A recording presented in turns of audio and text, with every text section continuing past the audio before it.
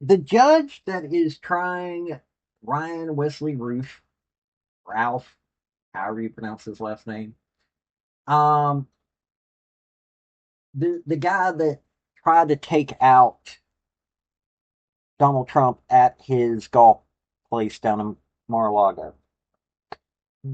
A letter has been released from the judge that is currently in the process of trying him for what he attempted to do. This letter that he sent the judge is some wild stuff. If you have not read it yet, I am going to read it to you. No joke, I'm going to read it to you because wow. Now, this guy actually started out as a really good guy and then he collapsed into a life of criminality. He did. He collapsed into a life of criminality. The man's had like over 100 charges filed against him throughout his life and arrested at least 8 times. I don't know where to go with this guy. I mean, he is mentally gone, is the only thing that I can say. But we're going to read through this letter, and the judge's name is Eileen Cannon. We're going to discuss this, but let's read this letter to you. Howdy, y'all. This is Paul, the Redneck Thinker. What we have here is a channel to communicate. I want you folks to be thinking by the time you leave my videos. Why? Because I'm tired of people talking via what other people tell them to think. So, watch my video and enjoy the chance to think for yourself. Okay, starting out. Honorable Judge Eileen M. Cannon. I will be representing myself moving forward. It is ridiculous from the outset to consider a random stranger that knows nothing of who I am to speak for me. That was foolish and ignorant, and I am sorry, a childish mistake. If you could send me the documents to sign, that would be great, and I will maintain the schedule. I sent other documents to the prosecution that hopefully you were copied on, so this is the last of several. I was finally able to get the courthouse address. Sorry for the delay. No phone, email, or visits for 90 days makes work hard. Oh well. I am so sorry. I know this makes your life harder. I had thought these attorneys really wanted this case towards preserving democracy and freedom, but no. Perhaps I was not the man they had wished for, and now we are a million miles apart. They refuse to answer my questions, ignoring all I say. Christy sending a handful of emails, 5 to 6, and Renee none, and Alien never even an address. Never a letter with a thought at all, and when they asked blatantly, stated that they would never put a single thought in writing for me. They do not want the case, and I no longer want to listen to how horrible a person I am. I can beat my own self up. I do not need help. Bashing me is fine, but selling hard to my daughter that I a piece of shit goes to another level.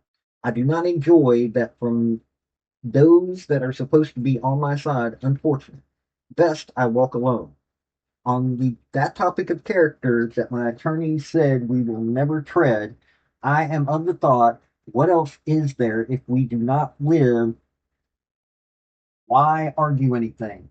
I say the barn doors must be open, just so you know, as you guide and direct this process, that is where I am. We have a hearing on July 25th for unresolved issues, and I hope you will offer guidance and acceptable witnesses as well as any topics off limits to talk about in court. Among other things, I am sure. Also, why is the death penalty not allowed? At nearly 60, a life of nothingness without love, what is the point? Why is it not all or nothing? I had wished for a prisoner swap. This is a weird one. With Hamas, Iran for a female protester, or China for Jimmy Lai, or one of the 40 others are to freeze to death in Siberia in exchange for Ukrainian soldiers so that I could die being of some use and save all this court mess, but no one acts. Perhaps you have the power to trade me away. What an easy diplomatic victory for Trump to give an American he hates to China, Iran, or North Korea, or wherever as a gesture of peace. In exchange for an unjustly held Democratic prisoner, everyone wins. I am unclear where to mail documents or file documents. If someone can send me that information, my inmate number, I'm not going to state that, 13th floor west. Thanks for your understanding and cooperation, and I will adhere to all the rules that you have set forth. Sorry to expend everyone's time on one so insignificant and useless. Sorry, Ryan W. Routh. That is the letter he sent. Now, past the fact that this guy sounds like he's a mental case, honestly, he does.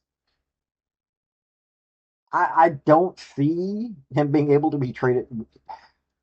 Who put it in his mind that he could be traded as a for a political gain? I mean, that's something new. What would these countries get out of it? I mean, seriously, Iran, North Korea, China, Russia, what would they be able to do with him? He's of no significance other than the fact that he tried to take out Trump. This dude has been getting bad advice, and possibly he's been getting some good advice, but either way, I don't think he's mentally capable of understanding any of it. He seems somewhat there, but what do you think?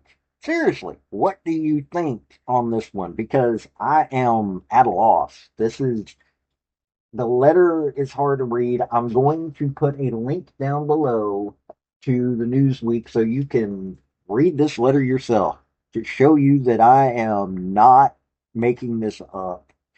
Because honestly, this sounds like some weird fiction to me. I don't know.